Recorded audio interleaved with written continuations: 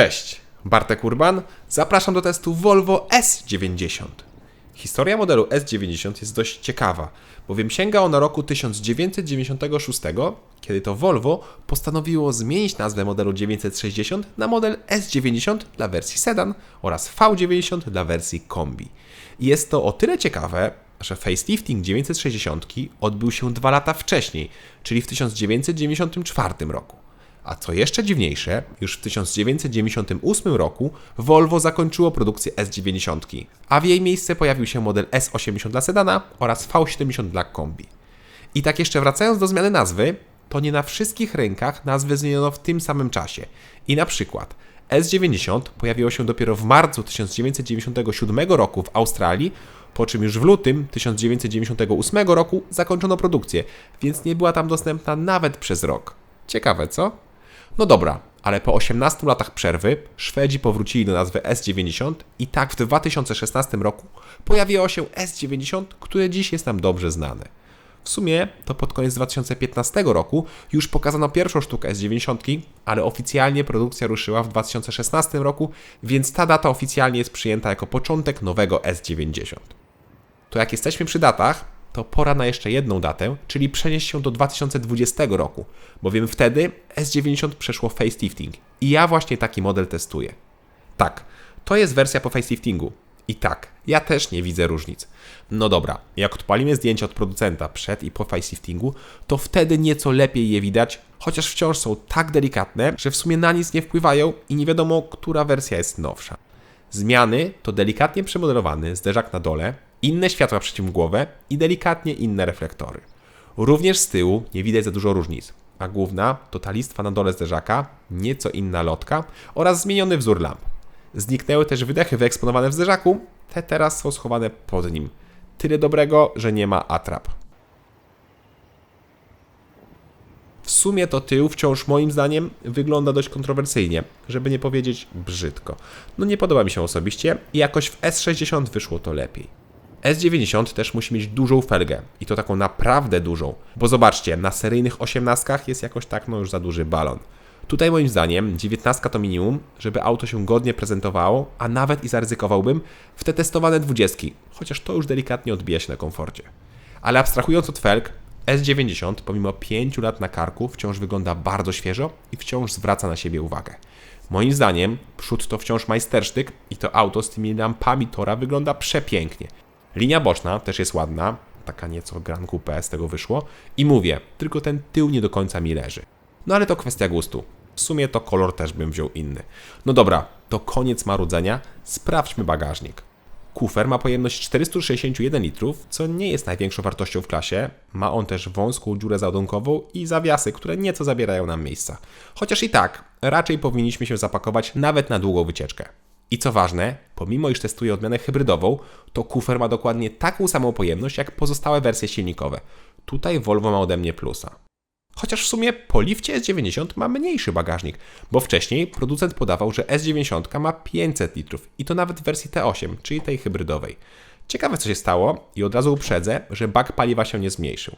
Tak, w pozostałych wersjach silnikowych pojawiła się miękka hybryda, no ale w T8 tego nie ma, więc tutaj kufer wciąż powinien mieć 500 litrów. Ciekawe. Pod podłogą znajdziemy małą skrytkę na zestaw naprawczy i klucze, a na górze znajdziemy jeszcze haczyki i specjalne trzymadełko od kabli do ładowania. Tylne fotele można też oczywiście położyć i wtedy uzyskujemy niemal idealnie płaską podłogę. Pora usiąść z tyłu, bo tutaj jest wciąż tak samo wygodnie. Miejsca mam sporo, zarówno na nogi, jak i na głowę, co się ceni. Poza tym do dyspozycji mamy podłokietnik ze schowkiem i rozkładanymi miejscami napoje, a także oddzielne nawiewy, złącze USB typu C, czy w opcji podgrzewanie kanapy. W ogóle w opcji mamy też 4-strefową klimatyzację. Szkoda tylko, że wersja hybrydowa plug-in ma taki wielki tunel na środku, przez co środkowa osoba jak siedzi, nie ma zbyt wygodnie. Wygodnie za to jest na fotelach przednich, które nie dość, że wyglądają świetnie, to są właśnie bardzo komfortowe. Niestety też skóra na nich moim zdaniem jest średniej jakości, ale to też powtarzam w każdym teście Volvo. Pozycja w S90 jest bardzo dobra i zarówno niscy jak i wysocy nie powinni mieć problemu, żeby dobrać odpowiednie ustawienia. To pora zerknąć na deskę rozdzielczą, która podobnie jak wygląd zewnętrzny, wygląda niemal tak samo jak przed liftingiem. W sumie to jest chyba identyczna, bo ja nie znalazłem żadnej różnicy, no chyba że jestem ślepy. Nowością w Polifcie są m.in. Advanced Air Cleaner z czujnikiem cząstek PM2,5, czyli system monitorujący i filtrujący jakość powietrza, a także poprawino zestaw audio Bowers Wilkins. Tego drugiego w sumie nie trzeba było poprawiać, bo Volvo od zawsze grał fenomenalnie, ale teraz jest podobno ulepszony wzmacniacz, automatyczne tłumienie hałasu pojazdu i pojawiło się nowe ustawienie z klubem jazzowym. Potwierdzam, wciąż gra wspaniale, ale moje głuche ucho nie słyszy różnicy względem poprzednika. Aha, i oba gadżety to niestety opcje. Sama deska rozdzielcza wygląda pięknie, czyli mamy pełen minimalizm, który niestety poszedł o jeden krok za daleko. Za daleko, bowiem obsługa klimatyzacji jest na ekranie, a moim zdaniem do tego powinien być oddzielny panel. Dobrze chociaż, że zostało pokrętło od głośności. Nowe funkcje, jakie odkryłem na ekranie głównym, to aplikacje Google, których przed liftem chyba nie było. Poza tym ekran działa całkiem sprawnie, obsługujemy go za pomocą gestów i prezentuje naprawdę niezłe grafiki. Oczywiście, jak widzicie, nieźle się też palcuje, dlatego Volvo oferuje szmatkę do czyszczenia ekranu oraz specjalną kombinację klawiszy, żeby zablokować ekran na czas czyszczenia. Miło i mam nadzieję, że ta szmatka to nie jest opcja. Drugi ekran to cyfrowe zegary, które mają w miarę klasyczne motywy i są naprawdę czytelne. Chociaż niepodpisane przyciski na kierownicy początkowo powodują sporo zakłopotania, ale po kilku dniach klikamy już na czuje. Początki nowych modeli S90 czy też XC90 były dość trudne, bo dużo osób zwracało uwagę na słabe spasowanie czy jakość materiałów. Cóż, moim zdaniem nic takiego już mówić nie można, a wnętrze w S90 jest z bardzo dobrych materiałów i świetnie spasowane. Szkoda tylko tego piano black na tunelu środkowym, ale wydaje mi się, że można to zastąpić innym dekorem. Aha, i miałem jeszcze jeden problem. Otóż w moim egzemplarzu zablokował się wyświetlacz przezierny, czyli head-up display. W sensie zablokowała się jego pozycja i za żadne skarby nie dało się go obniżyć. Dziwne. To jeszcze zerknijmy na schowki, bo tych jest w sumie kilka i niestety przez fakt, że to jest hybryda plug-in, to ten w podłokietniku jest mikroskopijnych rozmiarów. Pozostałe przegródki są normalnych rozmiarów i poza skrytkami w drzwiach wszystkie pozostałe są zamykane. No dobra, to pora zajrzeć pod maskę. Tutaj nowością po lifcie są miękkie hybrydy, które Szwedzi wrzucili już do każdej jednostki. Dodatkowo tak cudownie ponazywali silniki, że teraz nie wiadomo, czy to diesel czy benzyna, bo jedno i drugie ma oznaczenie B. Fajnie, co? Ale pomijając tę wtopę, to cieszę się, że wciąż można mieć diesla pod maską. Ja do testów dostałem najmocniejszy wariant, czyli wersję T8.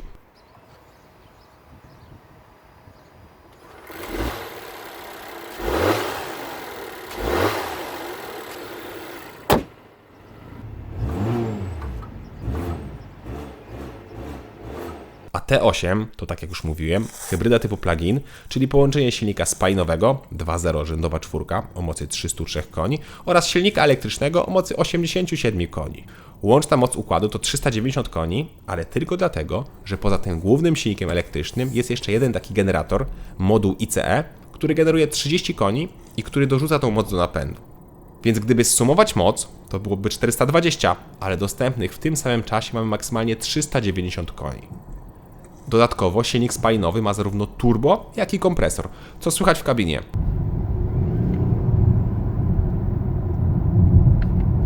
Często przy przyspieszaniu usłyszymy delikatne wycie kompresora. Ja uwielbiam ten dźwięk.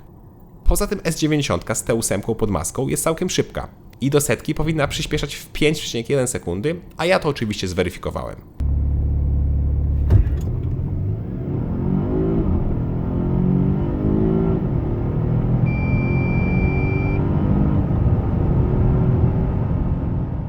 Brawo! Równe 5,1 sekundy, czyli dokładnie to, co deklarował producent. A mówię brawo, bo rzadko kiedy Volvo osiąga katalogowe wartości do setki. Zazwyczaj jest to nieco gorzej. Oczywiście, pomiar powtórzyłem, jak skończył mi się prąd i wtedy do setki zrobiłem 5,3 sekundy, a przyspieszenie od 50 do 150 trwało 8,7, czyli o 0,6 sekundy wolniej niż jak był prąd. Czyli różnica bardzo mała, wręcz niezauważalna. I to też widać po reakcji na gaz, gdzie Volvo S90 T8 dość szybko się zbiera, a opóźnienie na skrzyni jest bardzo małe.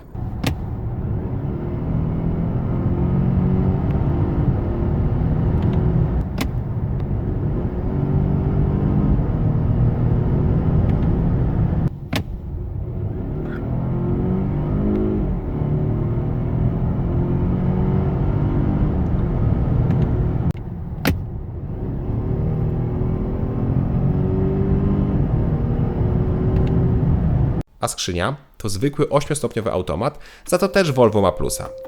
Oczywiście w tej skrzyni pojawił się dodatkowy tryb B do odzyskiwania energii z hamowania. Ale i tak, moim zdaniem nie czuć 390 koni w tym aucie.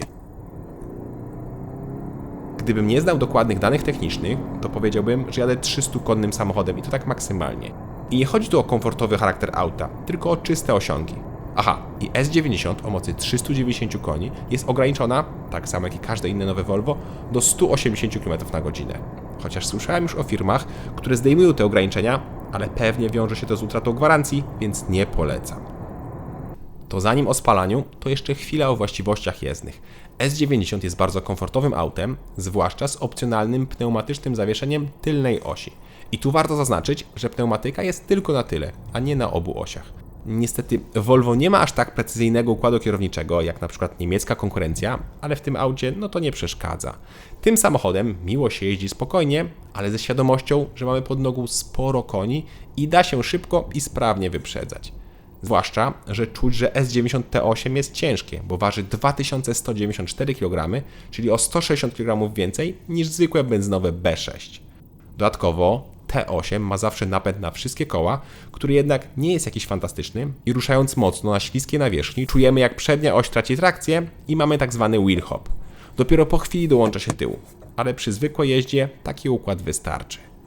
No dobra, to skupmy się na spalaniu. Odmianę T8 z zewnątrz poznamy właśnie po dwóch wlewach. Jeden od paliwa, a drugi od prądu. A prąd magazynuje się w bateriach o pojemności 11,6 kWh i na tym prądzie według producenta da się zrobić nawet 65 km, czego mi się nigdy nie udało zrobić. Maksymalnie robiłem 45, raz chyba zrobiłem 50 km, ale też testowałem auto, jak były bardzo duże upały i ciągle włączona klimatyzacja. Pewnie jakby było chłodniej i jeździłbym spokojniej, to udałoby się zrobić nieco więcej. I na elektryku da się rozpędzić do 130 km/h, czyli na GPS jest to 125. A prąd można oczywiście doładować i z domowego gniazdka ładowanie od 0 do 100% trwa około 6 godzin, a z szybszych ładowarek czas można skrócić ponad dwukrotnie. Ale oczywiście nie trzeba tego robić i można jeździć bez prądu, chociaż wtedy oczywiście spalanie nam rośnie, ale nie jakoś znacznie.